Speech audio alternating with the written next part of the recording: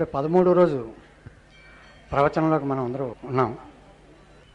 కూజంతం రామ రామేతి మధురం మధురాక్షరం ఆరుహ్య కవితా శాఖాం వందే వాల్మీకి కోకిలం. హరి ఓం. పరమేశ్వర స్వరూపమైన సభకి నమస్కారం. గోపాలకృష్ణ గారు ప్రకటన చేస్తూ ఒక విషయాన్ని విశదీకరించారు మీ అందరికీ. రేపటి రోజున రామచంద్రమూర్తి యొక్క పాదుకా పట్టాభిషేక సర్గ మనకి ప్రవచన రూపంగా వస్తుంది కనుక పాదుకా పట్టాభిషేకం అనేటటువంటిది యథార్థమునకు పరాకాష్ఠ భక్తికి. ఎందుచేత ఈ మాట అంటున్నానంటే, మనం సింహాసనంలో చెప్పులు పెట్టడం అనేటటువంటిది ఎన్నడూ వినని మాట. కానీ రామాయణంలో అయోధ్యకాండ చాలా విశేషమైనటువంటి ప్రాముఖ్యత సంతరించుకోవడం, అలా పూర్తవడం, రామచంద్రమూర్తి యొక్క పాదుకలు రాజ్యం చేస్తాయ్యా, నేను రాజ్యం చేయడం ఏమిటన్నాడు భరతుడు. ఎంత భక్తో ఎంత విశ్వాసమో చూడండి. అందులో మనకి ఏం నేర్పుతున్నారో, ఎంత గొప్ప సందేశం ఉందో అది తెలుసుకోవడం కోసం, అటువంటి మహానుభావుడైనటువంటి రామచంద్రమూర్తి యొక్క కరుణాకటాక్షములను పొందడం కోసమని రేపటి రోజున ఒక చక్కటి కార్యక్రమాన్ని వారు రూపొందించారు. రేపు ఈ మధ్యలో కొంచెం త్రోవ విడిచిపెడతారు. 6 గంటలకే ప్రవచనం ప్రారంభమైపోతుంది. మీకు వెళ్ళేటప్పుడు ఆలస్యం అయితే ఇబ్బంది పడిపోకుండా 6 గంటలకి ప్రవచనం ప్రారంభం చేసి, రేపు 1.5 గంటల మాత్రమే ప్రవచనం చేసి 7:30 నేను మంగళం చెప్పి కిందకి దిగిపోతాను. దిగిపోయిన తర్వాత సీతాలక్ష్మణ సమేతుడైనటువంటి రామచంద్రమూర్తి రామాలయంలోంచి బయలుదేరి మేళతాళాలతో ఇలా వస్తారు. వాటిని ఉత్సవమూర్తులు అనడం నాకెన్నడూ ఇష్టం ఉండదు. అవి రామలక్ష్మణులే, సీతమ్మే. కాకపోతే మీరు లేచి ఎందుకు నమస్కారం చేస్తున్నారు? అందుకని సీతారామలక్ష్మణులు రేపు మనయందు అనుగ్రహంతో నా బిడ్డలు రామాయణం వినింత పరవశించిపోతున్నారని రేపు రామాలయంలోంచి తిన్నగా బయలుదేరి మేళతాళాలతో మనందరి మధ్యలోంచి వేదిక మీదకి వస్తారు. స్వామి ఇక్కడికి విజయం చేస్తుండగా మనందరం రామనామం చెప్తూ నిశ్శబ్దంగా కూర్చుందాం. తీసుకొచ్చి స్వామిని ఇక్కడ కూర్చోపెడతారు. దీదీప్యమానంగా వెలిగిపోతూ స్వామివారి పాదుకలు కూడా వస్తున్నాయి రేపు. ఆ పాదుకలు కూడా తీసుకొచ్చి ఇక్కడ పెడతారు. పెట్టిన తరువాత తదనంతరం అర్చక స్వాములు సుస్వరంతో చక్కగా స్వామికి అష్టోత్తరంతో పూజ, అవకాశం ఉంటే అభిషేకాదులు పూర్తి చేస్తారు. ఈ సమయాన్ని ఎక్కువ ఎవ్వరూ తీసుకోరు. మీకు యథాప్రకారం ఇంటికి వెళ్ళిపోయే ఏర్పాటు జరుగుతుంది. ఎందుకంటే వేళ దాటితే మీరు పడే క్లేశం కూడా కార్యకర్తలకి తెలుసు. అందుకని అది అయిపోయిన తర్వాత మాత్రం రేపు అందరికీ పాదుకా పట్టాభిషేక సర్గ విన్న తరువాత స్వామి ఇక్కడ వేదిక మీద ఉండగా ఒకటి జ్ఞాపకం పెట్టుకోండి, సీతారామలక్ష్మణులే వచ్చి ఇక్కడ కూర్చుంటారు. కూర్చున్నప్పుడు మనం చెయ్యవలసింది ఒక్కటే, మిగిలిందంతా వాళ్ళే జాగ్రత్తగా చేసేస్తారు. మనం చెయ్యవలసింది లేచి వెళ్ళిపోయేటప్పుడు పాదుకల్ని ఇటు పక్కన ఎక్కడో ఏర్పాటు చేస్తారు. ఆర్డర్లీగా ఒక్కొక్క బాక్స్ కింద లేచి పాదుకలు తీసుకోవడం, ప్రసాదం తీసుకోవడం, అలా వెళ్ళిపోవడం. బయటనున్నవారు ఇది ఖాళీ అయిపోయాక లోపలికి వస్తారు. వారు పాదుకలు తీసుకోవడం, ప్రసాదం తీసుకోవడం, బయటికి వెళ్ళిపోవడం. పాదుకా పట్టాభిషేకం విని పాదుకలకి నమస్కారం చేసి, పాదుకలు పైన ఉంటాయి కాబట్టి ఆ పాదుకలని తల మీద ధరించి వెడితే భరతుడు ఎటువంటి శాంతి పొందాడో, భరతుడు ఎటువంటి యశస్సు పొందాడో, భరతుడి మీద పడ్డ అపవాదు ఎలా తొలగిపోయిందో, ఎలా మనశ్శాంతిని పొందాడో, ఎంత కీర్తి గణించాడో, అటువంటి యశస్సు మనకి వచ్చేది ఒక్క రామచంద్రమూర్తి అనుగ్రహంలోంచి. అందుకని రేపు పాదుకా పట్టాభిషేకం పూర్తయిన తర్వాత స్వామిని ఇక్కడికి తీసుకొచ్చి చక్కగా పాదుకలకి పూజ చేసి పాదుకలిచ్చి పంపిస్తారు. అందరం శిరస్సు మీద భరతుడు ధరించినట్టే మనం కూడా స్వామి పాదుకల్ని తల మీద పెట్టించుకుని వెళ్ళిపోదాం.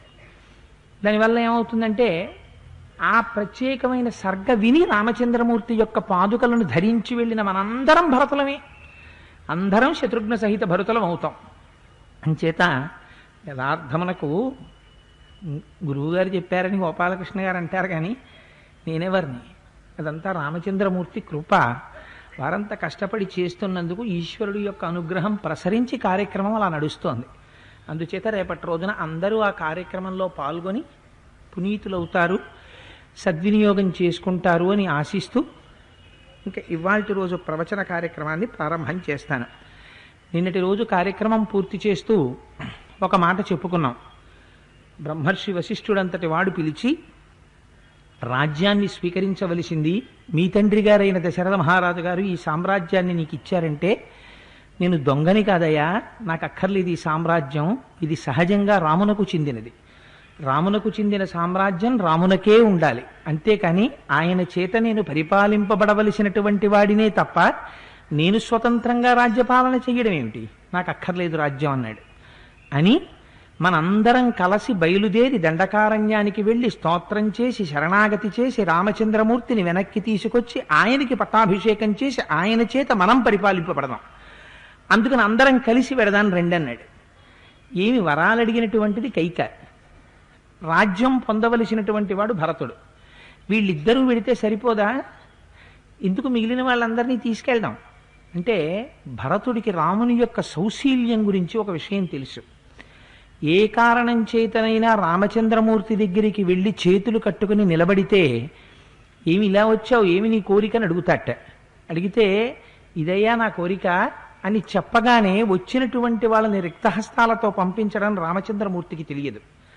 అటువంటి రాముడి దగ్గరికి ఒకరు కాదు ఇద్దరు కాదు, అయోధ్య పట్టణంలో ఉన్నటువంటి జానపదులు, పౌరులు, పురోహితులు, బ్రాహ్మణులు, ఋషులు, తన 3 తల్లులు, పిల్లలు, పాపలు, అనేక రకములైనటువంటి వృత్తులు చేసుకునేవారు, వడ్రంగం చేసేటటువంటి వారు, రాళ్లు బద్దలు కొట్టగలిగినటువంటి వాళ్ళు, ఇళ్లు నిర్మించేటటువంటి వారు, విగ్రహాలు చెయ్యగలిగినటువంటి వాళ్ళు, బంగారు వస్తువులు చెయ్యగలిగినటువంటి వాళ్ళు, ఎన్ని వృత్తుల వాళ్ళు ఉన్నారో అన్ని వృత్తుల వారు తమకు తగినటువంటి వాహనములలో బయలుదేరి దండకారణ్యాన్ని చేరుకుని రామచంద్రమూర్తి పాదముల వంక శిరస్సు వంచి ప్రార్థన చేస్తే వారి కోరిక మన్నించకుండా నేను రాను అని అనలేని బలహీనత ఉన్నవాడు కనుక రామచంద్రమూర్తికి శరణాగతి చేసి వెనక్కి తేవడానికి ఇంతమంది కలిసి వెడితే తప్పకుండా కార్యం నెరవేరుతుందనేటటువంటి కృతనిశ్చయంతో బయలుదేరతీశాడు.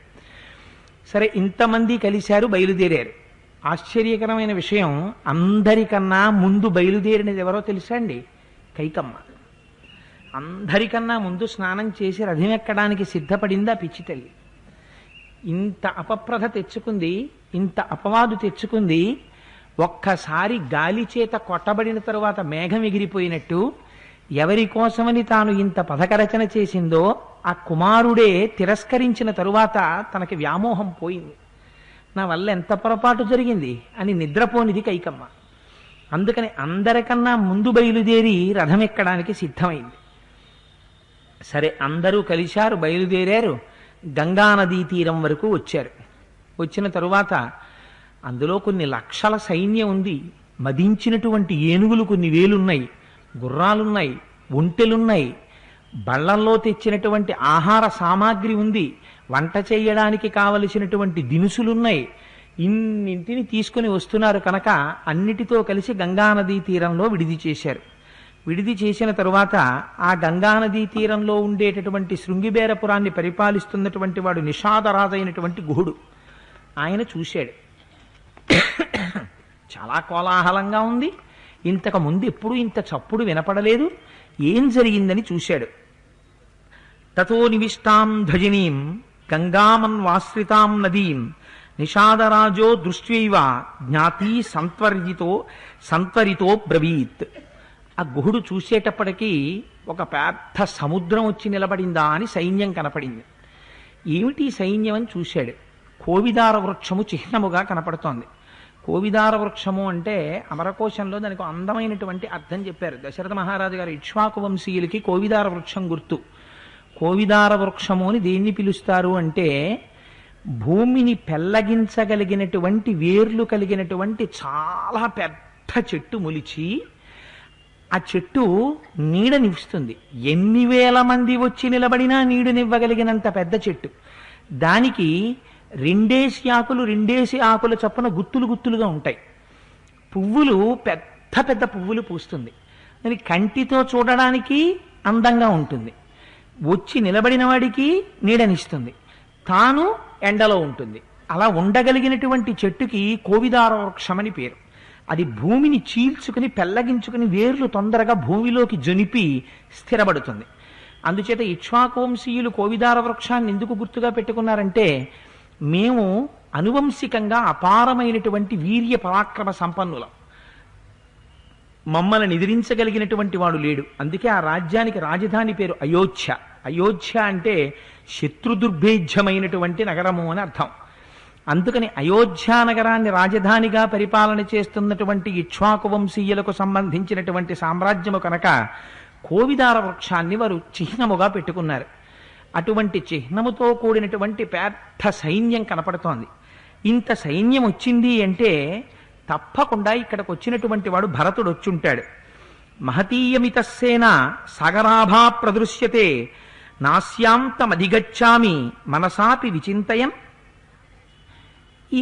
ఇదంతా చూస్తుంటే భరతుడు ఇంత సైన్యంతో వచ్చాడు అని తన జ్ఞాతులందరినీ పిలిచాడు. తన దగ్గరుండేటటువంటి సైన్యాన్ని పిలిచాడు. తన దగ్గరున్న యువకుల్ని పిలిచాడు. అందరినీ పిలిచి ఒక మాట చెప్పాడు. భరతుడు ఇంత పెద్ద సైన్యంతో వచ్చాడు. ఇంత పెద్ద సైన్యంతో వచ్చాడు అంటే ఖచ్చితంగా దీని వెనకాతల మనందరినీ చంపడమైనా లక్ష్యమై ఉండాలి. లేదా మనని చంపకపోతే దశరథ మహారాజు గారి చేత ఇయ్యబడినటువంటి రాజ్యాన్ని పొందడం కోసమని బహుశಃ పట్టాభిషేకం చేసుకున్నవాడై రాముడు దండకారణ్యంలో వనవాసం చేస్తే 14 సంవత్సరముల తర్వాత తిరిగొస్తే రాముని యొక్క పరాక్రమము ముందు తాను నిలబడలేనని శత్రు నిష్కంటకం చేసుకోవడం కోసమని ఇదే అదునుగా ఒక్కడు ఉన్నాడు కనుక ఆయన పక్కన ఉన్నటువంటి లక్ష్మణుణ్ణి సంహరించడం కోసమని దండకారణ్యానికి వెళ్ళడానికి వచ్చాడు. రాముడు నాకు పరమమిత్రుడు, పూజనీయుడు, ప్రభు ఎదిరించలేం. కాకపోతే మన సహాయం లేకుండా వీళ్ళు గంగ దాటలేరు. ఎంత గొప్పవాడైనా కావచ్చు, వేదాలన్నీ చదువుకున్నవాడు కావచ్చు, ఉపనిషత్తులు తెలుసున్నవాడు కావచ్చు, కానీ పొంగి పొర్లతున్నటువంటి గంగ దాటడానికి వేదాలు ఉపనిషత్తులు కావుగా పనికొచ్చేది. ఈత రావాలి. అందుకని అందరూ ఈత వచ్చిన వాళ్ళు ఉండరుగా. అందుచేత తప్పకుండా మనం నడిపేటటువంటి పడవలలో వెళ్ళాలి. అందుకని 500 పడవలని ఈ సైన్యం అంతా గంగా తీరంలో ఎంత దూరం విడిది చేసిందో మీరందరూ కూడా ఒక్కొక్క పడవలో 100 చొప్పున కవచాలు కట్టుకుని ఆయుధాలు పట్టుకుని నిలబడండి. నిలబడి గంగా తీరం అంతా మొహరించండి. నేను ఏమీ ఎరగని వాళ్ళ భరతుడి దగ్గరికి వెడతాను. వెళ్ళినప్పుడు సహృదయంతో వెడతాను. ఆయనకి కావలసినటువంటి సమస్త పదార్థములను పట్టుకుని వెడతాను. వెళ్ళి ఒక మాట అడుగుతాను. నువ్వు రాముణ్ణి కలుసుకోవడానికి వెడుతున్నావా, రాముణ్ణి సంహరించడానికి వెడుతున్నావా? ఇది కనిపెడతాను. కనిపెట్టి నేను వచ్చి మీకు సందేశం ఇస్తాను. ఒకవేళ రాముణ్ణి సంహరించడానికే భరతుడు సిద్ధపడి వచ్చి ఉంటే పడవలలో ఎక్కించి దాటిస్తామని చెప్పి పడవలెక్కించి గంగ మధ్యలో ముంచెద్దురు గాని. ఒకవేళ నిజంగా భరతుడు రాముణ్ణి కలుసుకోవడానికి ఎడుతుంటే భరతుడికి చెప్పడం కాదు రాముడు ఎక్కడున్నాడో నేను కూడా వెడతాను వెంట. ఎందుకని? భయం. ఇది రాముడి యొక్క శక్తి. రాముడి గురించి వినడం కాదుట, రాముణ్ణి ఒకసారి చూస్తే నిషాదుడు వేటాడి దారి దొంగతనాలు చేసి జంతువుల్ని చంపేటటువంటి స్వభావం ఉన్నవాడు కూడా అపారంగా ప్రేమించేవట. జంతువులు ప్రేమించాయి, చెట్లు ప్రేమించాయి, రాక్షసులు ప్రేమించారు, వానరులు ప్రేమించారు, మనుష్యులు ప్రేమించారు, దేవతలు ప్రేమించారు, గురువులు ప్రేమించారు, అందరూ ప్రేమించారు. దేనివల్ల? గుణముల చేత. అందుకని ఆయన సకల గుణాభిరాముడు, అంతటి ఆకర్షకమూర్తి. అందుకే మనకి శాస్త్రంలో ఒక మాట చెప్తారు, లలితాపరాభట్టారికా స్వరూపంగా ఉంటే, స్త్రీ స్వరూపంలో ఉంటే లలితామ్మవారు, ఆ లలితామ్మవారు పుంస్వరూపంలో ఉంటే రామచంద్రమూర్తి, స్త్రీ స్వరూపంలో ఉంటే శ్యామలాదేవి, పుంస్వరూపంలో ఉంటే కృష్ణ భగవానుడు అని చెప్తారు మనకి పెద్దలు. ఆ మంత్రోపాసన రహస్యములు తెలుసున్నటువంటి వాళ్ళు. అందుకని ఆ 2 స్వరూపాలు అంత సమ్మోహజనకంగా ఉంటాయి. లలితాపరాభట్టారికా స్వరూపం ఎంత అందంగా మాతృస్వరూపాన్ని వలకపోస్తూ ఎంత ఆకర్షణీయంగా మా అమ్మ అనిపిస్తుందో చూడగానే, రామచంద్రమూర్తిని చూడగానే మా రామయ్య అంటాం. అందుకే చూడండి, లలితమ్మని ఉపాసన చేసేటటువంటి విజ్ఞానులైన వాళ్ళు గాయత్రి అని పిలుస్తారు. సామాన్య జనం లలిత లలిత అని పిలుస్తారు. అది కూడా తెలియని వారు పెద్దింటమ్మ పెద్దింటమ్మ అంటారు. ఇంకా తెలియని వారు పోలేరమ్మ పోలేరమ్మ అంటారు. ప్రతి గ్రామంలోనూ ఆవిడికి ఏదో పేరుంటుంది. గుండి మొత్తం మీద అందరి ఆరాధనలు అందుకుంటుంది. రాముడు కూడా అంతే. మీరు చూడండి, త్యాగరాజు గారంతటి వారు కీర్తన చేస్తే రామాయణ చపలాక్షుల పేరు రామ అన పరబ్రహ్మమునకు పేరు అని స్తోత్రం చేస్తారు.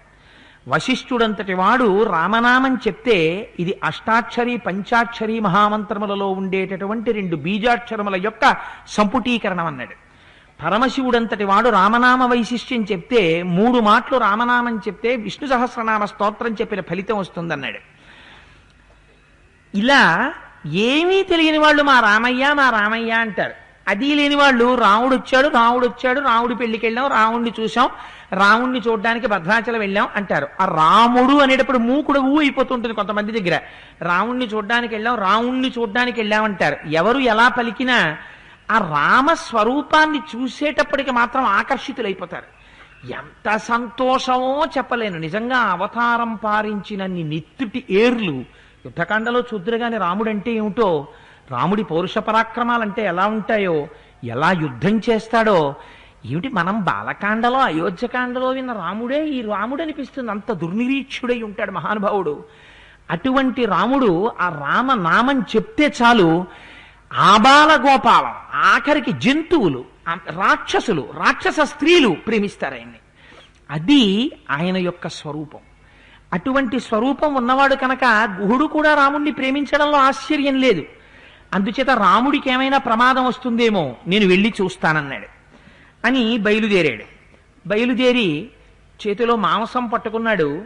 పట్టుకెళ్లవలసినటువంటి శామక ధాన్యము మొదలైనటువంటి ధాన్యాలు పట్టుకున్నాడు, ఫల పుష్పాదులు పట్టుకున్నాడు, కందమూలములు, తేనె పట్టుకున్నాడు.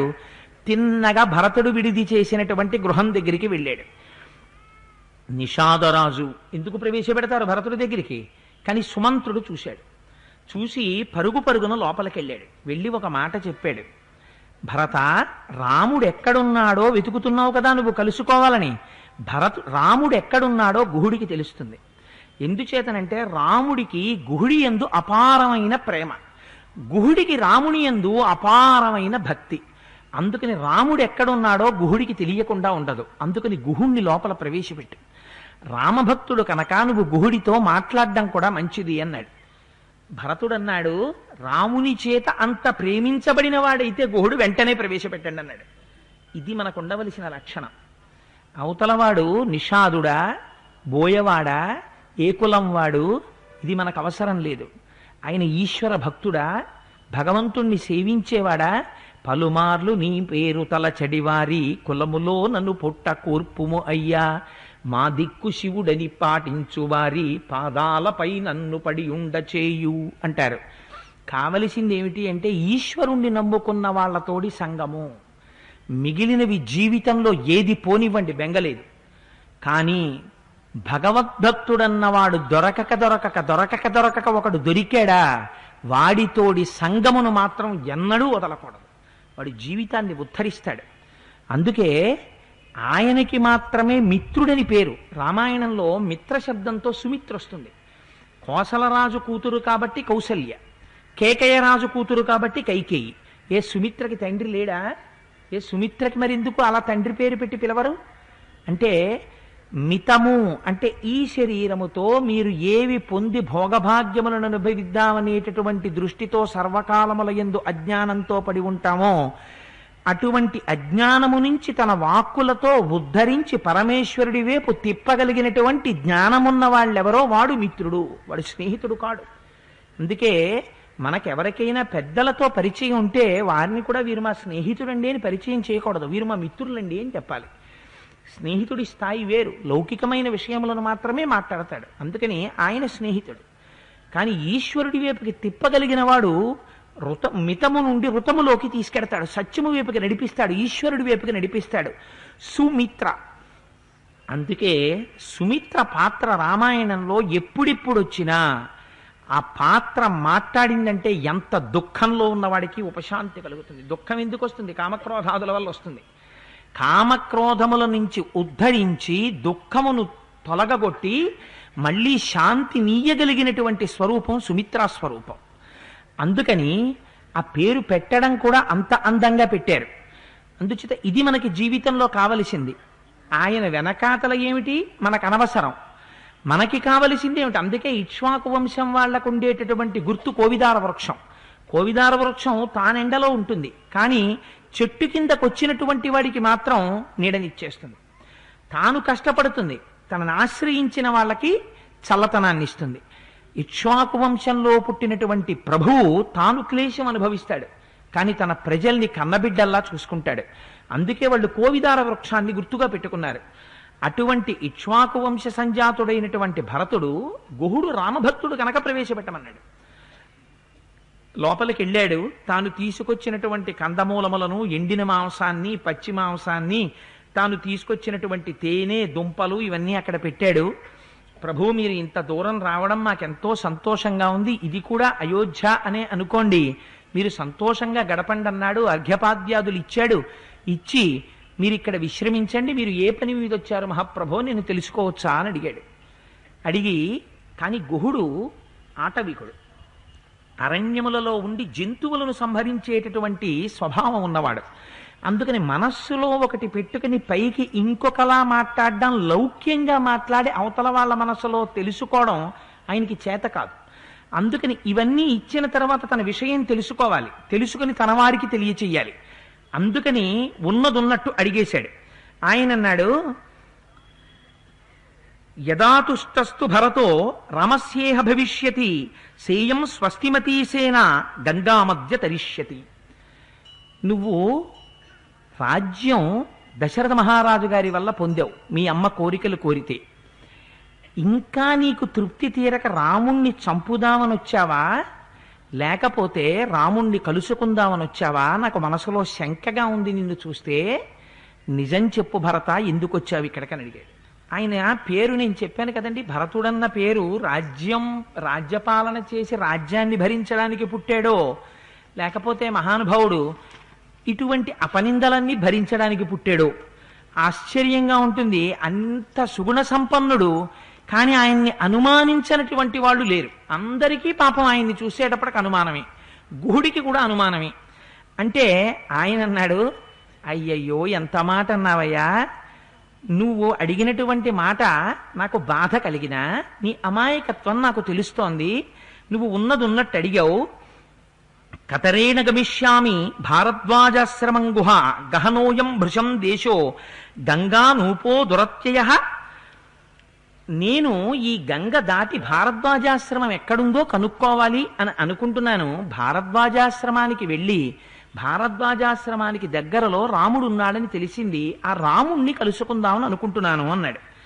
అంటే ఆయన అన్నాడు, కచ్చిన్న దుష్టో వ్రజసి రామస్యాక్లిష్టకర్మణ ఇయంతే మహతీసేన శంకా జనయతీవమే. సరే, నువ్వు రాముణ్ణి కలుసుకోవడానికి వచ్చావు, నీ వెనకాతల ఇంత సైన్యం ఎందుకు వచ్చింది? నువ్వు గంగ దాటి భారద్వాజాశ్రమానికి వెళ్ళి రాముడు ఎక్కడున్నాడో తెలుసుకుని రాముణ్ణి కలుసుకుంటావా? నువ్వు రాముణ్ణి కలుసుకోవడానికి నీ వెనకాతలు ఇంత సైన్యం ఎందుకు? నిన్ను చూస్తే నాకు అనుమానంగా ఉంది, నిజం చెప్పు, నువ్వు రాముణ్ణి చంపడానికి వచ్చావు కదా అన్నాడు. అంటే భరతుడు ఒక నవ్వు నవ్వి ఆయన అన్నట్ట గుహుడి వంక చూసి, తమేవమ బిభాషంత ఆకాశ ఇవ నిర్మల భరత శ్లక్షయావాచ గుహం వచనమబ్రవీత్. ఆకాశం ఎంత నిర్మలంగా ఉంటుందో అంత నిర్మలమైన మనస్సుతో ఉన్నట్ట. ఎవరు రాశారో కానీ మహానుభావుడు చాలా అద్భుతమైన మాట రాశాడు. ఆది నుంచి ఆకాశం మూగది, అనాదిగా ఆ తల్లి ధరణి మూగది, మధ్యనొచ్చి ఉరుముతాయి మబ్బులు, ఈ నడమంత్రపు మనుషులకే ఇన్ని మాటలు ఇన్నిన్ని మాటలు అని. అలా ఆకాశం ఎప్పుడూ నిర్మలమే, ఆకాశానికి ఏ దోషము ఉండదు. ఆకాశం వంక తిరిగి ఉమ్మి వేసినా తిరిగి వచ్చి మన ముఖం మీద పడుతుంది తప్ప ఆకాశాన్ని కల్మషం చెయ్యగలిగిన వాడు ఎవరు ఉండడు. అందుచేత ఎవడు ఎన్ని మాటలు మాట్లాడినా, ఎటువంటి మాట్లాడినా ఆకాశాయివ నిర్మల, ఆకాశం ఎంత నిర్మలంగా ఉంటుందో అంత నిర్మలమైన మనస్సున్నవాడు. కాబట్టి భరతుడు అన్నట్ట, నేను అందుకు వెళ్ళటం లేదయ్యా, రాముణ్ణి కలుసుకోవడానికి వెళ్ళటం లేదు, రాముణ్ణి కలుసుకోవడానికి వెళుతున్నాను అని అనలేదుట. ఎంత గొప్ప మాట చెప్పాడో చూడండి. తమేవమభిభాషంత ఆకాశ ఇవ నిర్మల భరత శ్లక్షయావాచ గుహం వచనమబ్రవీత్. మా భూత్సకాలో యత్కృష్టం నమాం శంకితుమర్హసి రాఘవ సహిమే భ్రాత జ్యేష్ఠ పితృ సమూమత. తం నివర్తయితుం యామి కాకుత్సం వనవాసినం బుద్ధిరన్యానతే కార్య గుహ సత్యం బ్రవీమితే. నేను అన్నగారైన రాముణ్ణి చంపడానికి ఎడుతున్నానేమో కదా అని నీ అనుమానం గుహ. ఒక తమ్ముడు ఒక అన్నగారిని రాజ్యం కోసం చంపేటటువంటి దురాలోచన వచ్చేటటువంటి రోజు ఎన్నడూ రాకుండుగాక. ఒక తమ్ముడన్నవాడు అన్నగారి గురించి ఎప్పుడైనా ఆలోచిస్తే అన్నగారి కాళ్ళు పట్టి నమస్కరించడానికి మాత్రమే ఆలోచించేటటువంటి సౌజన్యము నిలబడుగాక. నా వల్ల కాదు, నన్ను అనుమానించారని కాదు, ఎప్పటికీ అటువంటి కాలం రాకూడదు. ఇది రామాయణం కోరుకున్నది. ఏకగర్భ సంజాతులైనటువంటి వారి మధ్య ఎన్నటికీ కూడా ఏ కారణం చేత కూడా ఒక్క కడుపున పుట్టినటువంటి వాడు ఒక జన్మలో మేము ఏకోదరులం అని చెప్పుకోగలిగినటువంటి వాళ్ళు ఇద్దరో ముగ్గురో ఇవాల్టి రోజుల్లో అయితే ఖచ్చితంగా ఇద్దరు ముగ్గురు కన్నా లేరు. నా దగ్గరికి ఒక ఆయన వస్తే వాళ్ళ అన్నగారి గురించి ఏవో చెప్తున్నాడు, నేను ఇంత ధార్మికుడినండి, ఆయనటువంటి అధార్మికుడు, నన్ను ఇలా చేశాడని. ఒకసారి అన్నాను, అంటే నేను గొప్ప మాట కోసమని ఈ మాట చెప్పట్లేదు, నీకు ఒక 50 ఏళ్ళు వచ్చాయి, మీ అన్నయ్య గారికి ఒక 60 ఏళ్ళు వచ్చాయి, మీ ఇద్దరూ కలిసి పుట్టారు, కలిసి పెరిగారు, కలిసి ఆడుకున్నారు, ఒకరిని ఒకరు విడిచిపెట్టలేమని కౌగిలించుకుని తిరుగుంటారు చిన్నతనంలో. యథార్థం. ఇవాళ 50 ఏళ్ళు వచ్చేసాయి, మహాబ్రతికితే నువ్వు 70 ఏళ్ళు బతుకుతావు, మీ అన్నగారు ఒక 70 ఏళ్ళు బతుకుతాడు, ఆయనకు 60 ఏళ్ళు వచ్చేసాయి, కాబట్టి ఇంకా ఆయన ఒక 10 సంవత్సరాలు మాత్రమే బతుకుతాడు. ఇవాళున్న లెక్క ప్రకారం, నువ్వు చెప్తున్న ఆరోగ్యం ప్రకారం మీరు కలుసుకుంటే ఏడాదికి మహా అయితే 3 రోజులు కలుసుకుంటారు ఒకరితో ఒకరు. అంటే ఇంకా 10 మూళ్ళు 30 రోజులు కలుసుకుంటారు. 30 రోజుల్లో రాత్రులు నిద్రపోతారు కాబట్టి 15 రోజులే కలుసుకుంటారు. 15 రోజుల్లో స్నానపానాదులు, అన్నపానాదులు, ఇతరులతో మాట్లాడ్డాలు తీసేస్తే ఇంకా ఈ జన్మలో ఈ అమ్మ నాన్నకి పుట్టినటువంటి పిల్లలము అని నువ్వు మీ అన్నగారు మాట్లాడుకోవడానికి మిగిలిపోయిన కాలం జీవితంలో 7 రోజులు. ఇంకా ఆ తర్వాత నువ్వు మాట్లాడదామన్న అవకాశం లేదు. ఈ జన్మకి నీకు అన్నగారు ఉండడు, ఆ అన్నగారికి ఈ జన్మకి తమ్ముడు ఉండడు. ఈ పాటి దానికి దేనికి కొట్టుకుంటున్నారయా అన్నాను. మీరు నమ్మండి నమ్మపోండి, నేను సాధించానని గర్వంతో చెప్పలేదు. ఒక 15 రోజులు పోయిన తర్వాత ఇన్ని పళ్ళు అట్టుకుని మా ఇంటికి వచ్చాడు. నేను యథాలాపంగా కూర్చునున్నాను. వచ్చి కాళ్ళ మీద పడన్నాడు, నా కళ్ళు విచ్చుకున్నాయండి కోటేశ్వరారు, మా అన్నయ్యని తీసుకొచ్చి క్యాటరాక్ట్ ఆపరేషన్ చేయించానండి, చేయిస్తే మా అన్నయ్య వస్తే ఎప్పుడు పోతాడా అని నిందించి మాట్లాడేవాడిని, క్యాటరాక్ట్ ఆపరేషన్ చేస్తే మా అన్నయ్య నన్ను చూసి పొంగిపోయినటువంటి ఆ ముఖం నేను మర్చిపోను కోటేశ్వరారు, అన్నదమ్ములంటే ఏమిటో తెలిసి వచ్చిందండి అన్నాడు. అంటే ఇది నేను సాధించానని నేను చెప్పట్లేదు మహాప్రభు, ఆయన అదృష్టం ఆయనకు ఆనాడు ఆ మాట మనసులో నాటుకుంది. అందుచేత అన్నదమ్ములంటే ఎప్పుడు తమ్ముడు గుర్తొచ్చినా వాడి యొక్క వృద్ధిని అన్నగారు కోరుకోగలగాలి.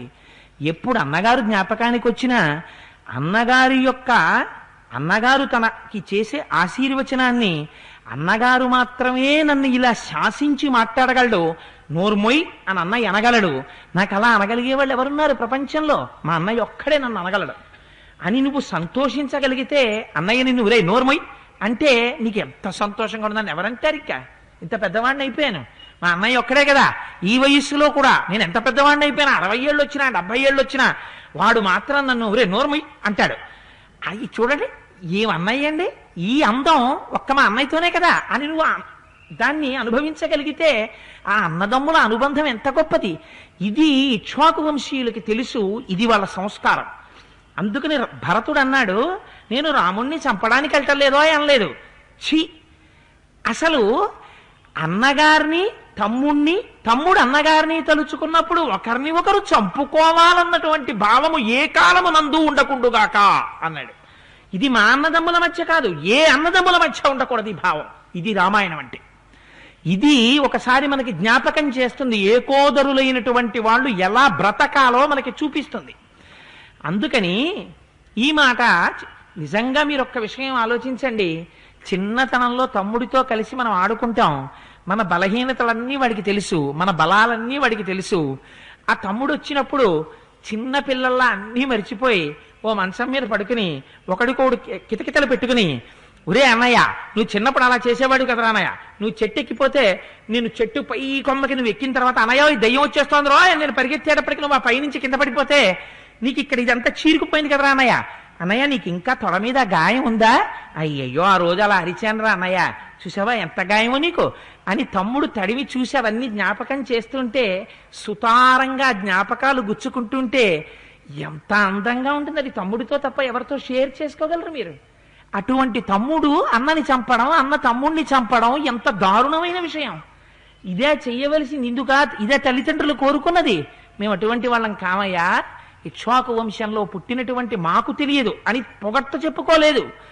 ఆయన అన్నాడు, ఏ కాలమునకు అటువంటి భావన రాకుండుగాక. ఇది మహానుభావుడు భరతుడు చెప్పిన మాట. ఇది భరతుడి శీలం అంటే. పటాలు కట్టరు, మెడల్స్ తొడిగించరు వాల్మీకి మహర్షి. వాళ్ళు మాట్లాడిన మాట చెప్తారు, ఇది నువ్వెంత జ్ఞాపకం పెట్టుకోవాలో జ్ఞాపకం తెచ్చుకో. అందుకే తనెవరో మరిచిపోయినవాడు, తన తల్లిని మరిచిపోయినవాడు, తన తండ్రిని మరిచిపోయినవాడు, తన తోడ పుట్టిన వాళ్ళని మరిచిపోయినవాడు రామాయణం వింటే తన బతుకేమిటో బయటికి వస్తుంది. అందుకే రామాయణం వింటూనే ఉండాలి. తను ఎవరితో కలిసి ఉండాలో, ఎవరి పట్ల కృతజ్ఞుడై ఉండాలో తెలుసుకోవాలి కనుక. సరే, ఈ మాట చెప్పిన తరువాత భరతుడు చాలా సంతోషించాడు. సంతోషించి, ఇక్ష్వాకు వంశంలో పుట్టినటువంటి భరత, నీకు చెల్లిందయ్యా ఈ మాట అనడానికి. ఎంత సంతోషపడుతున్నానో తెలుసా? పరమానందంగా ఉంది. రామభరతులు ఇద్దరూ కలుసుకుంటే, మీ ఇద్దరూ కలిసి కూర్చుంటే, మీరు మాట్లాడుకుంటుంటే పరవశించిపోవాలనుందయ్యా. నేను వస్తాను మీతోటి, దగ్గరుండి గంగ దాటిస్తాను. ఆ రాముడు ఇక్కడే అరణ్యవాసంలో పడుకుని వెళ్ళాడు. మహానుభావుడు నారచీరలు కట్టుకున్నాడు. నా చేతితో మర్రిపాలు తీసుకురమ్మన్నాడు. మా అమ్మ నన్ను తాపసిగా పతకమంది గుహ, అందుకని మర్రిపాలు పట్రా, పట్టుకొచ్చి నా తల మీద పోస్తే నేను జటలు కట్టుకుంటానన్నాను. ఈ చేతులతోటే మర్రిపాలు పోశానయ్యా రామలక్ష్మణుల తల మీద. జటలు కట్టుకుని నారచీర ధరించి వెళ్ళాడయ్యా రాముడు అన్నాడు. ఇక శోకించేట, చీకటి పడిపోయింది, పడుకున్నాడు. పడుకున్నా నిద్ర పట్టనటువంటి వాడు లోపల అగ్నిహోత్రం రగిలిపోతుంటే, కడుపు మండిపోతుంటే, బాధ వ్యగ్రమైపోతుంటే నిద్ర పట్టనివాడు ఎలా ఉంటాడో వాల్మీకి మహర్షికే చెల్లింది ఆ ఉపమానం వేయడం. తొర్ర లోపల మిగిలిపోయినటువంటి అగ్నిహోత్రం ఉన్న పచ్చ చెట్టులా ఉన్నట్ట. ఆ చెట్టుకో పెద్ద తొర్రుంది, దాని లోపల కొంచెం ఎండుతనం ఉంది. ఆ ఎండుతనంలో అగ్గి పుట్టింది, అగ్గి పుట్టి కాలుస్తోంది. పైకి పచ్చటి చెట్టు, చూస్తే అబ్బా చెట్టు ఎంత బాగుందో అనిపిస్తుంది. లోపల అగ్నిహోత్రంతో కాలుతోంది చెట్టు మొదలు. ఇది బయట వాళ్ళకి తెలియదు, ఇది అనుభవిస్తున్న చెట్టుకి తెలుసు. ఇంతమందికి నాథుడై ఉన్న భరతుడు తను లోపల కాలిపోతున్నాడు రాముడి కోసం. అందుకని లోపల అగ్ని కలిగినటువంటి చెట్టులా ఉన్నట్ట భరతుడు. అలా మంచం మీద అటు ఇటు దొర్లుతున్నట్ట, కన్నుల వెంట నీరు కారుస్తున్నట్ట, ఏడుస్తున్నట్ట. నేను చూస్తానా రాముణ్ణి, నా వల్ల ఎంత బాధ పొందాడు రాముడు, ఎటువంటి దుర్మార్గపు పుటక పుట్టాను నేను, ఇంతమంది ప్రేమించిన రాముణ్ణి కష్టపెట్టిన వాడిని అయ్యాను నేను అని బెంగ పెట్టుకుని ఉన్నట్ట. అటువంటప్పుడు మళ్ళీ గుహుణ్ణి పిలిచాడు. గుహ, నాకు రాముడి గురించి మళ్ళీ ఏమైనా చెప్పవయ్యా, చెప్తే అమృతపు జల్లు కురిసినట్టు ఉంటుంది అంటే మహర్షి అంటారు, అచచ క్షేద సద్భావం లక్ష్మణస్య మహాత్మనః భరతాయ ప్రమేయాయ గుహో గహనగోచరః. ఎంత చిత్రమైన శ్లోకమో చూడండి. లక్ష్మణుడి గురించి చెప్పేట. ఎవరా లక్ష్మణుడు? మహాత్ముడైనటువంటి వాడు. ఎందువల్ల మహాత్ముడయ్యాడు? ఆయన ఏం ప్రజల్ని పరిపాలించాడా? దేనికి మహాత్ముడు అంటే, అచచ క్షేద సద్భావం లక్ష్మణస్య మహాత్మనః భరతాయ అప్రమేయాయ గుహో గహనగోచరః. గహనగోచరుడు అంటే మాట మాట్లాడడంలో కూడా సౌశీల్యం లేక, అసలు ఎదుటివారిని అంచనా వెయ్యడానికి కావలసినంత సాంస్కృతిక బలం లేక, కేవలము అరణ్యములలో తిరిగేటటువంటి సంస్కృతి కలిగినటువంటి గుహుడు భరతుడికి తోడ పుట్టినటువంటి వాడైన లక్ష్మణుడి గురించి భరతుడికి చెప్తున్నట్టే. చెప్తుంటే భరతుడు చెవులు రిక్కించి వింటున్నట్టే. ఏమైనా అర్థం ఉందా దానికి? ఎంతసేపు ఉన్నాడు రామలక్ష్మణులతో గుహుడు? ఒక్క రాత్రి ఉన్నాడు. ఒక్క రాత్రిలో రామలక్ష్మణుల గురించి గుహుడికి తెలిసిపోయిందా? తోడ పుట్టినవాడు ఇన్నాళ్ళ నుంచి కలిసి పెరిగినటువంటి వాడు భరతుడికి లక్ష్మణుడి గురించి తెలియదా? ఇటువంటి లక్ష్మణుడి గురించి గుహుడు భరతుడికి చెప్తాడా? చెప్తే భరతుడు వింటాడా?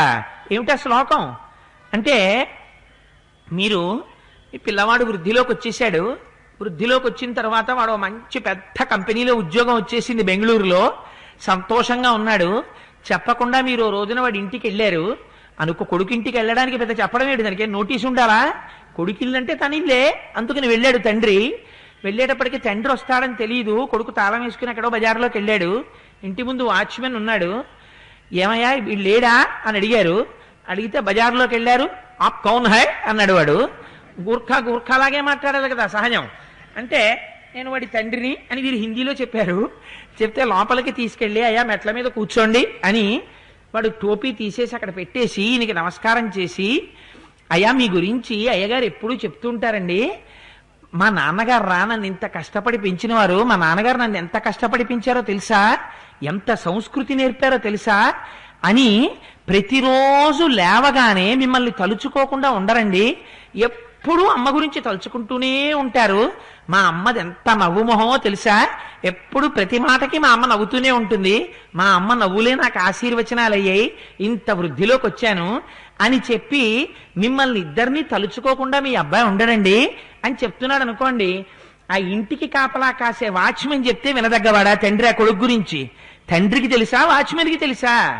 కానీ అక్కడ ఉన్నది ఎవరికి సబ్జెక్ట్ ఎక్కువ తెలుసు కాదు, తనకి అత్యంత ప్రీతికరమైన వస్తువు గురించి ప్రీతికరమైన మాట వినపడేటట్టుగా అవతల వాడు చెప్తున్నాడు. అందులో భాషాదోషం ఉందా, వ్యాకరణంలో తప్పు ఉందా, శ్లోకాన్ని సరిగ్గా చెప్పాడా లేదా, ఇవి చూడరు. ఏది చూస్తారు? హృదయం చూస్తారు. అందుకని ఇప్పుడు ఏది భరతుడికి ఉపశాంతి? రాముడి గురించి వినాలి. రాముడి గురించి వింటే చాలు. లేదా ఎవడు మహాత్ముడు? రాముణ్ణి ఆశ్రయించిన వాడు మహాత్ముడు. ఎందుకు ఇవాళ భరతుడు తనది తాని ద్రోహం అనుకుంటున్నాడు? రాముడికి కష్టం కల్పించాడు తాను. లక్ష్మణుడో భరతుడు తనంత తాను కల్పించిన వాడు కాడు, కానీ తన వలన రాముడికి కష్టం వచ్చింది. కానీ మరి లక్ష్మణుడో తనలా కాలేదే. తనకి భార్య ఉండగా, తనకి అమ్ముండగా, తాను కూడా రాజకుమారుడైనా, తాను కూడా భవంతిలో ఉండవలసిన వాడైనా, తాను సమస్త ఐశ్వర్యమును అనుభవించవలసిన వాడైనా స్వచ్ఛందంగా వదిలేసి నాకు రామకార్యం కన్నా వేరొకటి అక్కర్లేదని, ఆ రాముడికి శుశ్రూష చేస్తానని వదిన గారు కట్టుకోవలసిన బట్టల కావిడి పట్టుకుని భుజం మీదేసుకుని, అన్నగారి కోసమని ఒక బుట్ట ఓ గుణపం పట్టుకుని పర్ణశాల కట్టవయ్యా అంటే పర్ణశాల కట్టి, అక్కడి నుంచి వెళ్లి గుణపం పెట్టి భూమి తవ్వి కందమూలాలు తెచ్చి తేనె పట్టులోంచి తేనె పట్టుకొచ్చి తాగవయ్యా రామా అని చెప్పి వాళ్ళకిచ్చి వాళ్ళు తాగుతుంటే తాను మురిసిపోయినటువంటి వాడు లక్ష్మణుడు. మహాత్ముడు కాడు, మా అన్నగారి సేవ చేసిన వాడెవడో వాడు ధర్మం తెలుసున్నవాడు. అటువంటి లక్ష్మణుడు మహాత్ముడు. అందుకని అటువంటి మహాత్ముడైనటువంటి లక్ష్మణుడి గురించి, ఆ రాముడికి లక్ష్మణుడు చేస్తున్నటువంటి సేవ గురించి భరతుడు చెప్తుంటే గుహుడు భరతుడికి చెప్తుంటే భరతుడు పరవశించిపోతున్నట్ట, పరవశించిపోయి వింటున్నట్ట. ఇందులో ఒక అందమైన మాట ఒకటి అన్నారు. ఎంత గొప్ప మాట అన్నారంటే, అసలు భగవత్కథ వినేవాడికి భగవత్కథ చెప్పేవాడికి ఉండవలసిన లక్షణం ఒకటి చెప్పారు. బిందె నీరు పడుతున్నప్పుడు నిండిపోయినటువంటి బిందె ఇంకా తాను నీరు పట్టలేక అంచుల వించి కారిపోయినట్టు, తాను ఒక కథా విశేషాన్ని చెప్పేటప్పుడు ఆ కథలో ఉన్న పాత్రల యొక్క అందమును తాను అనుభవించినటువంటి ఆనందము లోపల ఆగక వాక్కులుగా మారి నోటి వెంట బయటికి ప్రవహించినటువంటి వాడు వక్త. అలా ప్రవహించేటప్పుడు ఔదార్యం, అయ్యో ఇది చెప్పేద్దామా, ఇది దాచేసుకుందామా, ఇది ఇంకో చోట చెప్దామా, ఇదే ఉండదు. చాలు చాలు, ఎంతమంది ఉన్నారు అనవసరం, చాలు మా రాముడి గురించి చెప్తున్నాం, చాలు మా శివుడి గురించి చెప్తున్నాం అని ఆగలేక చెప్పినవాడు వక్త. చెప్పే ఆయన క్వాలిఫికేషన్ ఏమిటండి, చెప్పే ఆయన ఏం చదువుకున్నాడండి, చెప్పే ఆయనకి ఎన్ని వ్యాఖ్యానాలు చదివాడండి, ఎన్ని పుస్తకాలు రచించాడండి, ఇది కాకుండా మా స్వామి గురించి చెప్తున్నాడు. చాలు చాలని పరవశించి విన్నటువంటి వాడు శ్రోత. అందుకని ఇవాళ ఆ శ్రోత లక్షణం భరతుడి దగ్గర ఉంది. అడవిలో తిరిగేటటువంటి గుహుడు మహాత్ముడైన లక్ష్మణుడి గురించి అప్రమేయుడైన భరతుడికి చెప్తున్నాడు. అప్రమేయుడంటే ఊహించడానికి శక్తి ఎవరికి సరిపోదు, అంత గొప్ప శక్తి కలిగిన వాడు. పైకో ఏదో రాముణ్ణి కష్టపెట్టిన వాళ్ళ కనపడుతున్నాడు, కానీ నిజంగా రాముణ్ణి కష్టపెట్టినవాడా? ఎంతటి ఔదార్యమూర్తి భరతుడు. భరతుడి లాంటి క్యారెక్టర్ ఎక్కడా ఉండదు. అందరూ తనని శంకించినా తను తిరగబడి ఒక్కళ్ళ మీద విసుక్కున్నది లేదు. తను తిరగబడి ఆఖరికి కుబ్జని చంపడానికి కూడా ఒప్పుకోలే. ఎందుకని? ఆవిడ్ని చంపితే రాముడు తనతో మాట్లాడ్డని. ఇంత రామభక్తి కలిగిన వాడు. లక్ష్మణునిలా రాముడి పక్కన ఉన్నవాడు కాదు, ఉండి సేవించినవాడు కాడు. కానీ ఎక్కడున్నా హృదయం మాత్రం రాముడి పాదముల దగ్గరే ఉంటుంది. అందుకని ఊహించడానికి కుదురుతుందా? కుదరదు. పక్కనున్నవాడు కాబట్టి లక్ష్మణుడి గురించి చెప్పగలరు. దూరంగా ఉన్నా ప్రేమించినటువంటి హృదయం ఉన్నవాడు, ఎంత ప్రేమించిన హృదయం ఉన్నవాడు అక్కర్లేదని వదలడానికి చాలా కష్టమైనటువంటి అంత గొప్ప సామ్రాజ్యం వచ్చి తన కాళ్ళ దగ్గర పడితే నాకు అక్కర్లేదయా, ఇది రాముడిదని విడిచిపెట్టినటువంటి వాడు. అంతటి ఔదార్యమూర్తి భరతుడు. ఆ భరతుడి గురించి మీరేం ఊహిస్తారు? ఊహించలేరు. అందుకని భరతాయ అప్రమేయశ్చ, అప్రమేయుడైనటువంటి ఆ భరతుడి గురించి గహనగోచరుడైనటువంటి గుహుడు మహాత్ముడైన లక్ష్మణుడి గురించి భరతుడితో చెప్తున్నాడు. చెవులు ఒగ్గి ఆయన వింటున్నాడు. ఎంత సంతోషపడిపోయాడోట.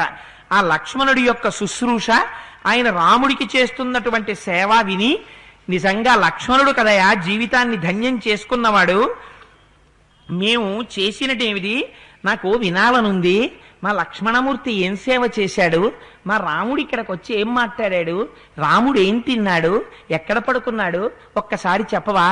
ఏం తింటే భరతుడికి ఎందుకు, ఎక్కడ పడుకుంటే భరతుడికి ఎందుకు? అది కాదు కావలసింది. ఆప్యాయత కలిగినటువంటి తల్లి కొడుకింటికి వెళ్ళిందనుకోండి, ఒక ఏడాది తర్వాత వెళ్ళి తిన్నా వండేసుకుని తినేదు.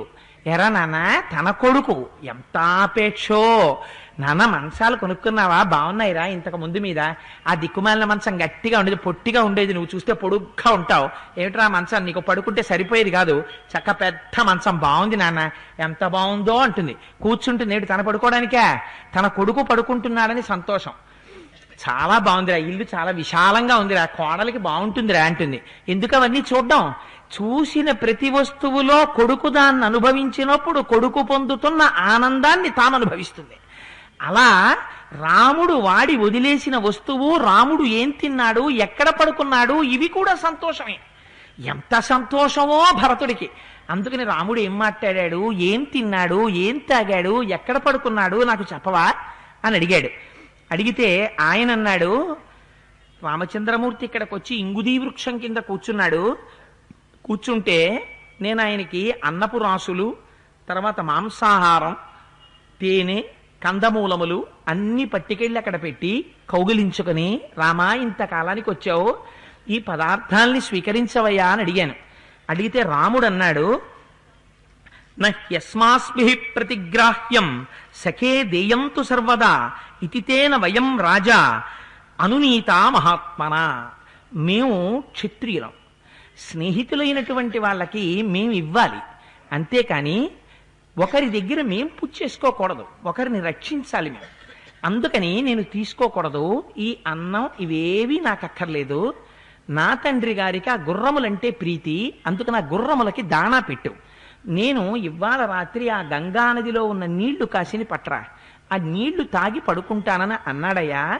మరి ఇది నిజమైతే మరి రాముడు శబరి దగ్గర ఎందుకు తిన్నట్టు? మరి శబరి దగ్గర తినలా? మరి శబరి దగ్గర తినడం కూడా దోషం అవదా? ఇక్కడ రాముడు ఈ మాట చెప్పడంలో ఒక రహస్యం ఉంది. నేను తిననయ్యా, మనసు బావులేదు అన్నాడు అనుకోండి, ఆ రోజు రాత్రే దశరథ మహారాజు గారిని విడిచిపెట్టి వచ్చినటువంటి రాత్రి, తమసానదీ తీరంలో పడుకున్నది, బ్రాహ్మణుల్ని పంపించడానికి ఆలోచన చేస్తూ ఉండిపోయాడు. గంగానదీ తీరానికి వచ్చాడు. ఉన్నది పరమపావనమైనటువంటి పాపములను తొలగించగలిగినటువంటి నది. అటువంటి నది ఒడ్డుకొచ్చాడు. అటువంటి నది ఒడ్డుకొచ్చినప్పుడు మనస్సు కాస్త ప్రశాంతపడాలి ఇవాళ. అందుకని పక్కన సీతమ్మ ఉంది, లక్ష్మణుడు ఉన్నాడు. వాళ్ళ ముగ్గురితో కలిసి ఒక చెట్టు కింద కూర్చున్నాడు. ఇవాళ ఏ ఆహారము తీసుకోకుండా కాస్త గంగాజలాన్ని సేవించి గంగలో స్నానం చేసి ప్రశాంతంగా ఉంటే మనస్సులో కలిగినటువంటి ఆందోళన ఉపశమిస్తుందనుకున్నాడు. అందుకని ఆ మాట చెప్తే గుహుడు అర్థం చేసుకోలేడు, తినమని పట్టుపడతాడని నేను ఇవ్వడమే కానీ ఒకరి దగ్గర పుచ్చుకోకూడదయ్యా గుహ, నాకు కావలసినది గంగాజలం పట్రా తాగుతానన్నాడు. నేను పట్టుకెళ్ళి గంగాజలం ఇచ్చాను. ఇస్తే తతస్తు జలశేషేణ లక్ష్మణోప్యకరోత్తదా వాగ్యతాస్తే త్రయస్సంధ్యాం సముపాసత సంహితా. అక్కడ మహానుభావుడు లక్ష్మణుడితో కలిసి కూర్చుని రాముడు సీతమ్మ ఇద్దరూ కొంత జలాన్ని తాగారు. తాగిలిన తరువాత భుక్తశేషం, ఆ తాగగా మిగిలినటువంటి నీళ్లు అక్కడున్నాయి. లక్ష్మణుడు కళ్ళకద్దుకుని ఆ మిగిలిన నీళ్లు తాను తాగాడు. ముగ్గురు కూర్చుని మౌనంగా సంధ్యోపాసన చేశారు. సంధ్యోపాసన చేసిన తరువాత లక్ష్మణుడు గబగబా వెళ్ళి దర్భగడ్డి తీసుకొచ్చి వేశాడు ఆ చెట్టు కింద పడుకోమని. అప్పుడు నేను చూసి అరటి చెట్లకి ఉండేటటువంటి బెరళ్ళు తెచ్చి ఆ బెరళ్ళు కింద పారేసి దాని మీద దర్భగడ్డి వేశాను. రామా పడుకో అని. ఎందుకని? హంసతూలికా తల్పం ఉందయ్యా, దాని మీదకి వచ్చి పడుకో అన్నాను. నేను తాపసిగా ఉన్నానయ్యా, నేను వ్రతంలో ఉన్నాను, మా అమ్మకి మాట ఇచ్చాను, నేను చెట్టు కింద పడుకోవాలి, అధశయనం చెయ్యాలి. అందుకని నేను తల్పముల మీద పడుకోకూడదు, నేను భూమి మీద పడుకుంటానన్నాడు. అంతటి రాముడు భూమి మీద పడుకుంటానంటే చూడలేక నేను తెచ్చి అరటి డొప్పలు పడేశాను. దాని మీద దర్భగడ్డి లక్ష్మణుడు పరిచాడు. పరిస్తే హంసతూలికా తల్పం మీద పడుకోబోయే ముందు రాముడు ఎంత ప్రశాంతంగా పడుకుంటాడో అలా వెళ్ళి పడుకోవడానికని వెళ్ళి ఆ దర్భగడ్డి మీద కూర్చున్నాడు. కూర్చుంటే లక్ష్మణుడు పరుగు పరుగును వచ్చాడు. ఇది లక్ష్మణుడు అంటే. మనం సాధారణంగా పడుకోబోయే ముందు బహుశా నేననుకుంటున్నాను ఇవాల్టి రోజున బహుశా అంటే ఎవరైనా మహాత్ములు ఉన్నారో నాకు తెలియదు, కానీ ఇటువంటి రోజు అనుభవించిన తండ్రి ఎవరైనా ఉన్నాడా? తండ్రి గారు మంచం మీద పడుకోబోయే ముందు కాళ్ళు రెండు ఒకదాంతో ఒకటి రాసుకుని దులుపుకుని పడుకుంటారు మహా అయితే. నాన్నగారు పడుకుంటుంటే ఏదైనా ఓ చిన్న పాత్ర ఏదో పట్టుకొచ్చి ఓ బట్టతో నాన్నగారి అరికాళ్ళు ఒకసారి తుడిచేసి, నాన్నగారండి కాళ్ళకి మట్టి ఉంది అని తుడిచిన కొడుకో, నాన్నగారు మంచం మీద పడుకోవడానికి వెళ్ళి కూర్చోగానే ఓ పళ్ళెం పట్టుకొచ్చి కాళ్ళ కింద పెట్టి నాన్నగారి కాళ్ళు కడిగి కాళ్ళు తుడిచి నాన్నగారు పడుకోండి అని పాద సంవాహనం చేసినటువంటి కొడుకుని మనం చూస్తున్నాం ఇవాళ ఎక్కడైనా? నేను చూడలేదు మహాప్రభో, ఒకవేళ ఉంటే నాకు చెప్పండి, వారి పాదాలకి నేను నమస్కారం చేస్తాను. అందుచేత ఎందుకు ఈ మాట అంటున్నానంటే ఈ సంస్కృతికి మనం వారసులం. కానీ ఇవాళ మన జాతి ఎలా అయిపోయిందంటే తండ్రి గారు పడుకుంటుంటే తండ్రి గారి మీద జోకులేసేటటువంటి స్థితికి మనం దిగజారిపోయాం. నాన్నగారు పడుకుంటుంటే బా నాన్నగారు అప్పుడే పడుకుండిపోయారా మీరు అని, నాన్నగారు అప్పుడే పడుకుండిపోయారా మీరేమిటి? అది ఇవాళ ఇంత హీనమైన సంస్కృతికి తండ్రితో కొడుకు ఏం మాట్లాడాలో తెలియదు, కొడుకుతో తండ్రి ఏం మాట్లాడాలో తెలియదు. అటువంటి స్థితికి మన సంస్కృతి చేరిపోయింది. కానీ లక్ష్మణుడు ఏం చేశాట? తస్మిన్ సమావిశద్రామ శ్వాస్తరే సహసీతయ ప్రక్షాళ్యత తయోపాద పవచక్రామ లక్ష్మణ. గబగబా వచ్చి రాముడు ఆ సీతమ్మ వాళ్ళిద్దరికీ పాదములు కడిగినటువంటి పాదములతో వారుండగా వస్త్రంతో తుడిస్తే తడికాళ్లతో పడుకోకూడదు రాత్రివేళ, అందుకని తుడుచుకు పడుకోవాలి. అందుకని ఆ పాదములు తుడిచిన తరువాత సీతారాములిద్దరూ ఆ దర్భగడ్డి మీద పడుకున్నారట. తల కింద తలగడ కూడా లేదు. రామచంద్రమూర్తి యొక్క భుజాన్ని తలగడాగా పెట్టుకుని సీతమ్మ పడుకుంది. పడుకుంటే ఏతత్త దింగుదీమూల ఇదమేవ తృణం యస్మిన్ రామశ్చ సీతాచ రాత్రిం తాం శయితాబుభౌ. భరత ఎక్కడ పడుకున్నాడు రాముడు, ఎక్కడ పడుకున్నాడు రాముడు అని అడిగావు కదా, రా నీకు చూపిస్తాను, తీసుకెళ్ళి ఇదిగో శయ్య అన్నాడు. మీరొక్కటి ఆలోచించండి, ఆ శయ్య ఎందుకు ఉండాలి అక్కడ? తీసేయచ్చు కదా, తీయలేదు. ఎందుకు తీయలేదంటే మీరు ఒక్కొక్కరి సంస్కృతి చూడండి. తల్లిగారు వెళ్ళిపోయి చాలా కాలం అయిపోతుంది.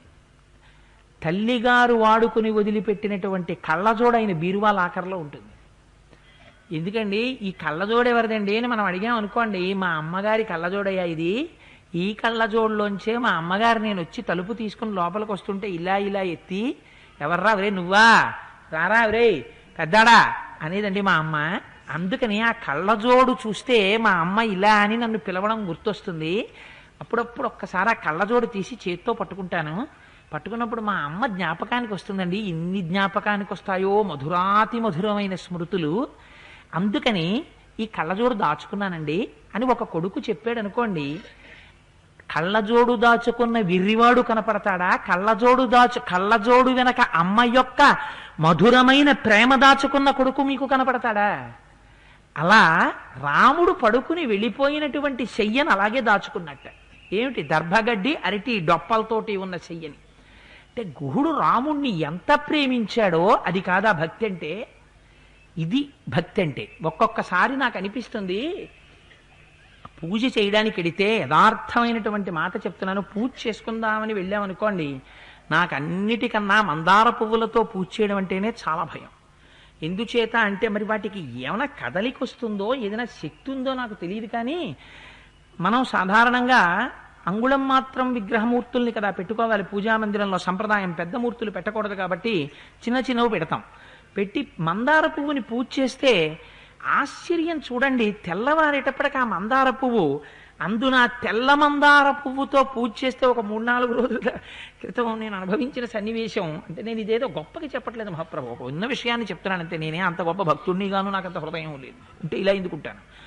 అందుకని ఆ తెల్ల మందార పువ్వుని పూజ చేస్తే దాని అసాధ్యం కూడా అది లక్ష్మీదేవి మూర్తినో, శ్రీ మహావిష్ణువు యొక్క మూర్తినో, శివుడి మూర్తినో తనకు ఉండేటటువంటి రెక్కలతో ఇలా మూసేసి జిగురులా అయిపోయి, అంతకుముందు పువ్వుకుండదు ఆ జిగురు, గట్టిగా మూర్తిని అన్ని వేపులా అంటుకుపోయి అలా ఉండిపోతుంది. మీరు తర్వాత రోజు పొద్దున్న వెళ్ళి చూశారనుకోండి, తెర తీయరా తిరుపతి దేవరా, తెర తీయరా అన్నట్టు తెల్లటి దోమతెర కప్పుకుని అమ్మవారు పడుకుందేమో అని మీరు గబుక్కుని మందార పువ్వుని ఇలా తీశారనుకోండి, మందార పువ్వుతో పాటు స్వామి కూడా పైకి లేచిపోతాడు. అంటే అది ప్రాణోత్క్రమణం అయిపోతుండగా అవయవాలన్నీ డస్సిపోతాయి కదా, అందుకే కదా వాడిపోయింది. అవయవాలన్నీ డస్సిపోయి బిగిసిపోతుంది కదా శరీరం. నాకు అనిపిస్తుంది ఇంకా అవయవాలు డస్సిపోయి బిగిసిపోతున్న సమయంలో నేను దున్నపోతులా మంచం మీద పడుకుని నిద్రపోతున్నాను. కానీ నా ఇంట్లో ఒక మందార పువ్వు మోక్షాన్ని పొందింది. గట్టిగా స్వామిని కౌగిలించుకుని, స్వామి ఎన్ని జన్మలెత్తానో మళ్ళీ నాకు ఈ అదృష్టం కలుగుతుందా, నీ పాదముల మీద ఉన్నాను, తెల్లవారాక కూడా నాకు ప్రాణం ఉంటే నిర్మాల్యం కింద తీసేస్తారు. అందుకని నీ సన్నిధానంలో ఎవ్వరూ లేకుండా ఈ రాత్రి నా గోడు చెప్పుకుని నీ పాదాల దగ్గర వదిలేస్తాను ప్రాణం అని ఆ మూర్తిని గట్టిగా కౌగిలించుకుని వదిలేసిందేమో. అలా పట్టుకున్న ఆ ప్రేమకి కరిగిపోయి స్వామి కూడా అలాగే ఉండిపోయాడేమో. దాని కౌగిట్లో నా మందార పువ్వులోంచి మూర్తిని విడిపించడానికి ఎంత భయం వేస్తుందో నిజంగా. ఆ మందార పువ్వుని కొంచెం దూరం పెట్టినా అది కూడా దగ్గరికి జరిగి మరీ పట్టుకుంటుంది ఆ మందార పువ్వు. అందుకని ఒక్కొక్క వస్తువుకు ఉండేటటువంటి ప్రేమ చాలా ఆశ్చర్యంగా ఉంటుంది. ఎంత భద్రంగా దాచుకున్నాడో చూడండి గుహుడా పరుపుని.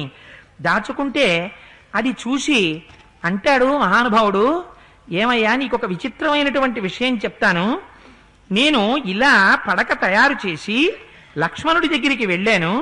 లక్ష్మణుడి దగ్గరికి వెళ్ళి, లక్ష్మణ నీ అన్నగారికి అరటి డొప్పలతో పడక వేశాను, దర్భగడ్డి వేశాను, మీ అన్న పడుకున్నారు, సీతమ్మ తల్లి కూడా పడుకుంది రాముడితో, నువ్వు కూడా అలసిపోయి వచ్చావు కదా, నీకు అలాంటి పాంపు ఏర్పాటు చేస్తాను, నువ్వు కూడా పడుకో, నీకేం బెంగలేదు, నేను రామచంద్ర ప్రభువుని కాపాడుకుంటాను, ధనస్సులో బాణాన్ని సంధించి ఆయన చుట్టూ తిరుగుతుంటాను, తిరుగుతున్నప్పుడు నాకు ఈ అరణ్యంలో ఎక్కడ ఏ చప్పుడైనా నాకు తెలుసు, ఎవరు చేసిన చప్పుడో అది, క్రూర మృగం వస్తోందో సాధు మృగం వస్తోందో శత్రువులు వస్తున్నారో నేను కనిపెట్టగలను, ఈ అరణ్యం ఆను పాను నాకు తెలుసు, శత్రువుల్ని మట్టు పెడతాను, నేను రాముణ్ణి కాపాడుకుంటాను, నువ్వు పడుకో అన్నాడు. అంటే లక్ష్మణుడు ఒక చెట్టు కింద నిలబడి అన్నాడు, రాముడు పడుకున్నాడని నన్ను కూడా పడుకోమంటున్నావు, కానీ నాకు ఎలా నిద్ర వస్తుంది, నాకు నిద్ర రమ్మంటే వచ్చేటటువంటి తరుణం కాదిది. కథం దశరథౌ భూమౌ శయనే సహసీతయా, రాముడు ఎటువంటి వాడు, కథం అంటాడు. కథం ఎలా అంటే ఎంత గొప్ప ఉపమాన ప్రయోగం చేశారంటే వ్యాఖ్యానంలో, బాగా టైఫాయిడ్ జ్వరం 104 జ్వరంతో ఉన్నవాడు ఏదైనా పుచ్చుకోగానే వాంతి అయిపోతోంది అనుకోండి, అలాంటి వాడి దగ్గరికి కాస్త బత్తాయి రసం పట్టుకెళ్ళి ఎంతో ప్రేమతో వాడిని లేపి కూర్చోపెట్టి, నాన్న ఎలాగో అలా కొంచెం బత్తాయి రసం ఇముడ్చుకోరా, బత్తాయి రసం తాగరా అంటుంది తల్లి. అంటే వాడు ఏమంటాడు, ఎలా తాగలేడు, ఒకటి ఆ పదార్థము పట్ల వైషమ్యం ఎక్కట్లేదు శరీరంలోకి, తాగితే నిలబడదు లోపల, ఎలా అంటాడు. అలా లక్ష్మణుణ్ణి పడుకోవయ్యా నువ్వంటే, కథం ఎలా పడుకోను, దాశరథౌ శయనే సహసీతయా శక్త్యా నిద్రామయం లుబ్ధుం వా జీవితం వా సుఖానివా, ఎలా పడుకోమంటావు నన్ను. దాశరథి మహానుభావుడు దశరథ మహారాజు గారు 60,000 సంవత్సరముల వయస్సు వచ్చేంత వరకు బిడ్డలు లేకపోతే అశ్వమేధయాగం చేసి పుత్రకామేష్టి చేస్తే పుట్టినటువంటి సకల సుగుణాభిరాముడయ్యా రాముడు. తన తేజస్సు చేత కోదండంలో బాణాన్ని సంధిస్తే ఈ పృథివీ మండలాన్నంతటినీ శాసించగలడు. అంతటి ధనుర్విద్యాపారంగతుడు, సమస్త ధర్మశాస్త్రాలు తెలుసున్నవాడు. అటువంటి వాడు తండ్రి కైకకిచ్చినటువంటి మాటకి కట్టుబడి ధర్మపాశముల చేత బద్ధుడై అటువంటి నారచీర కట్టుకుని మర్రిపాలు నెత్తి మీద పోసుకుని జటలు కట్టుకుని దర్భగడ్డి మీద పడుకున్నాడు. ఎలా పడుకున్నాడు? రాముడు ఒక్కడూ పడుకోలేదు. రాముడు పడుకుంటే సీతమ్మ అయోనిజ, జనక మహారాజు గారి కూతురు, దశరథుడి పెద్ద కోడలు, రామచంద్రమూర్తి ఇల్లాలు, అటువంటి తల్లి ఇవాళ ఆటవికులు ఇన్ని వేల మంది చూస్తుంటే రాముడి యొక్క భుజాన్ని తలగడా చేసుకు పడుకుంది. ఎందుకు పడుకుంది? ఏమంటే నాకు నిద్ర రాదండి ఇంతమందిలోనూ, నాకు అలవాట్లేదు, ఏడో మీరంటే అలా పడుకున్నారు కానీ మా పుట్టింట్లో మాకు ఇలా అలవాట్లు లేవు అని ఆవిడేం అనలేదు. భర్త పడుకున్న చోట భార్య పడుకోవడం పాతివ్రత్యం, భర్త తిన్నది తాను తినడం పాతివ్రత్యం. భర్త దైవం, ఈశ్వరుడు తిన్న దాన్ని నువ్వు తినడకపోతే ఇంకా అది నువ్వు ఎవరిని ఉద్దేశించి గౌరవించినట్టు. ఆయన కింద పడుకుంటే ఆయన కింద పడుకున్న తర్వాత పక్కనున్న దీవానికి నువ్వు కాళ్ళాడించి ఆయన్ని తంతుంటే, లేకపోతే ఆ ఎదురుగుండా టీవీలో సీరియల్ వస్తుంటే నీ కాలి బొటన వేలుతో ఆయన్ని పొడిచి చూడండి చూడండి అంటే నువ్వు పతివ్రతవా? అది పాతివ్రత్యమా? అది కాదు పాతివ్రత్యం. ఏది పాతివ్రత్యం? పడుకున్నవాడు పరమేశ్వరుడిని గుర్తిరిగి ఆయన భూషయనం చేస్తే నేను మంచం మీద పడుకోవడం ఏంటి అని నువ్వు వచ్చి ఆయన పక్కన భూషయనం చెయ్యగలిగితే నీది పాతివ్రత్యం. అందుకని సీతమ్మ ఒకరి చేత చెప్పించుకునే స్త్రీ కాదు. గడ్డి మీద రాముడు పడుకుంటే తాను వెళ్ళి గడ్డి మీద పడుకుంది. ఇన్ని వేల మంది చూస్తున్నారు. చూస్తూ పడుకుంటే కథం దాశరథో భూమౌ శయనే సహసీతయా శిక్త్యా నిద్రామయం లుబ్ధుం వా జీవితం వా సుఖాని వా. ఎలా వస్తుందయా నిద్ర? ఇంత దారుణమైన సన్నివేశం చూశాక నాకు రమ్మంటే నిద్ర వస్తుందా? కాలిపోతోందయా మనస్సు, నాకు నిద్ర రాదయా గుహ అని ఏడ్చాడయా నీ తమ్ముడు లక్ష్మణుడు అన్నాడు. ఇది మహాత్ముడంటే. ఇదయ్యా లక్ష్మణుడంటే. కేవలం రాముడికి పక్కేసి ఆయన పడుకున్నాక తను పడుకోవడం కాదు, రాముడు ఇలా పడుకున్నాడని ఏడ్చాడు. అక్కడ మా అయోధ్య ఎంతో గొప్ప నగరం, కానీ ఆ నగరంలో ఉన్నవాళ్ళు ఇవాళ నిద్రపోరు. మా తండ్రి దశరథుడు నిద్రపోడు. మా అమ్మ ఇద్దరు కొడుకులున్నారు కాబట్టి శత్రుఘ్నుడిని చూసి సుమిత్ర నిద్రపోతుందేమో. రాజ్యం దొరికింది కాబట్టి కైక పడుకుంటుందేమో. ఉన్న ఒక్కగానొక్క కొడుకు అడవిలికి వెళ్ళిపోయి చెట్టు కింద పడుకున్నాడని కౌసల్య పడుకుంటుందా? పడుకోదు. రాముడు వెళ్ళిపోయాడని ఏడ్చి ఏడ్చి దశరథుడు ఉన్నాడో ఊర్ధ్వలోకాలకు వెళ్ళిపోయాడో. ఆ దశరథుడు వెళ్ళిపోయాక కౌసల్య కూడా వెళ్ళిపోయిందో. ఇన్నింటికి మహానుభావుడు తన కడుపులో తెలిసినా ఇంత కష్టాన్ని పుత్రధర్మం కోసం ఓర్చుకుని చిరునవ్వుతో కంటి వెంట నీటి చుక్క పడకుండా తృణప్రాయంగా రాజ్యాన్ని వదిలి పడుకున్న రాముడు, పాతివ్రత్యంతో పడుకున్న సీతమ్మ, అటువంటి అన్నా వదినలకి తమ్ముండై పుట్టి నేను ఇంతకన్నా ఏమి చెయ్యలేకపోతున్నాను ఏడుస్తుంటే నాకు నిద్ర ఎలా పడుతుందయా అని ఏడ్చాడయా నీ తమ్ముడు లక్ష్మణుడు అని చెప్తుంటే భరతుడికి గుండె గాద్గదిగతం అయిపోయిందిట. అయిపోయి ఆ పరుపు దగ్గరికి వెళ్ళి చూశాడు, ఆ పచ్చగడ్డి దగ్గరికి.